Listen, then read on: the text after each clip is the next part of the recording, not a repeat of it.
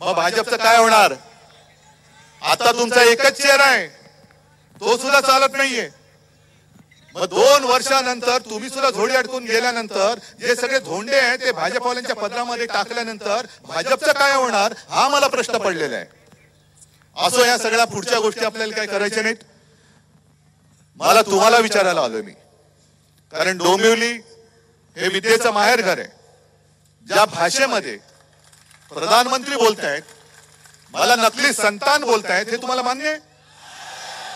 अगदी भाजपच्या मतदारांना सुद्धा विचारतो, अरे कठीण काळामध्ये जेव्हा संपूर्ण देशात भाजपचे फक्त 2 खासदार होते, अटलजींचाही पराभव झाला होता आणि आपण दोघेही म्हणजे शिवसेना आणि भारतीय जनता पक्ष राजकारणामध्ये अस्पृश्य होतो, कोणीच आपल्या सोबत यायला तयार नव्हतं, तेव्हा शिवसेनेने तुम्हाला साथ दिलेली ती शिवसेना तुम्ही आज नकली म्हणताय, हे भाजपला पटते?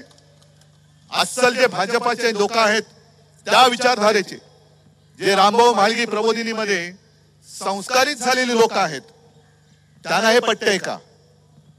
आज अनेक अशी कुटुंब आहेत, मला माहितीये, मला भेटत असतात, माझ्याशी बोलत असतात आणि मला सांगत असतात की उद्धव जे चालले बरोबर नाहीये, आम्ही कोणत्या दिशेने चाललोय आम्हाला कळत नाहीये. हे असं व्हायला नको होतं. म्हटलं व्हायचं नाहीये, हे तुमच्या लोकांनी घडवलेलं आहे, हे तुमच्या लोकांनी घडवले. पण ती संस्कारी पिढी जी होती, त्या संस्कारी पिढीबद्दल आज देखील माझ्या मनामध्ये आदर आहे, जरूर आहे, मी उघडपणाने सांगतो. पण आज यांचं जे चाललेलं आहे तळ्यात मळ्यात आणि मग कोणाच्या तरी गळ्यात, म्हणजे एकदा मला नकली संतान बोलायचं, दुसऱ्या दिवशी मला डोळा मारायचा, तिसऱ्या दिवशी परत नकली सेना बोलायचं. म्हणजे त्यांना काय, मी तर प्रामाणिकपणाने सांगतो, मी माणुसकी सोडलेली नाही आणि मी कोणताही टोमणा मारत नाही. पण 10 वर्ष या माणसाने कधी झोपच घेतलेली नाहीये. आपण 2 दिवस नाही झोपलं तर मेंदूला झिंजेण्या येतात. हे तर 10 वर्ष नाही झोपले, काय परिस्थिती झाली असेल.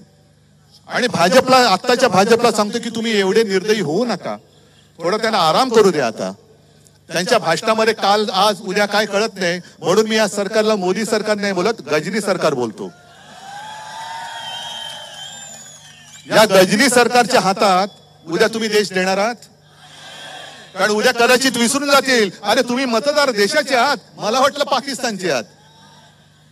म्हणजे देवेंद्र फडणवीस, त्यांना आम्ही जे काय आता बोलतोय,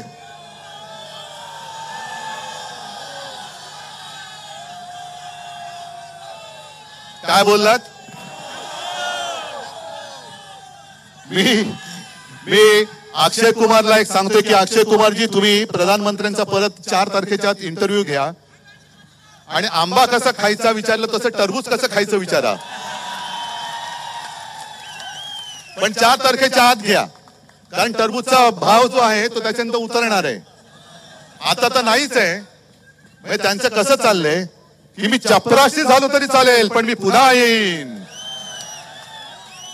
आणि आपले मेंदे नुसती दाढी खाजवत पाठी पाठी पाठी चाललेत. हे म्हणे बाळासाहेबांचे विचार पुढे नेणार.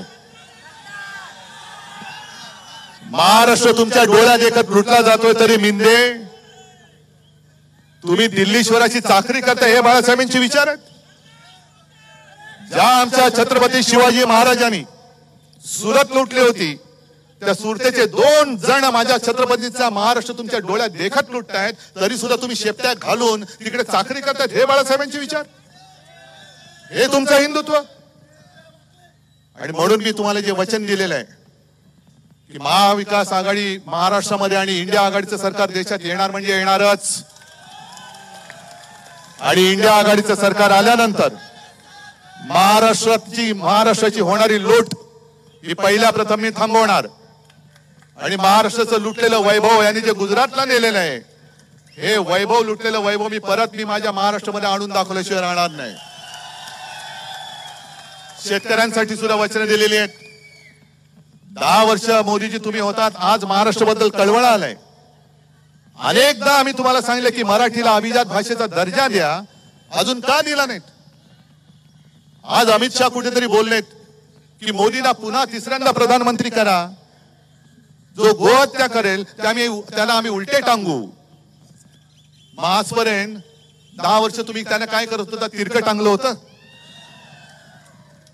बरं गोवंश हत्या बनली किंवा गोहत्या केल्यानंतर त्याला उलट टांगणार, पण मणिपूरमध्ये महिलांची जी धिंडवडे काढले त्यांच्यासमोर अमित शहा तुम्ही का उलटे झालात? तुमचं का खाली डोकं वर पाय झालं? आम्हाला पहिला प्रथम मातेचं रक्षण करायचंय, गोमातेचं आम्ही नंतर करणार.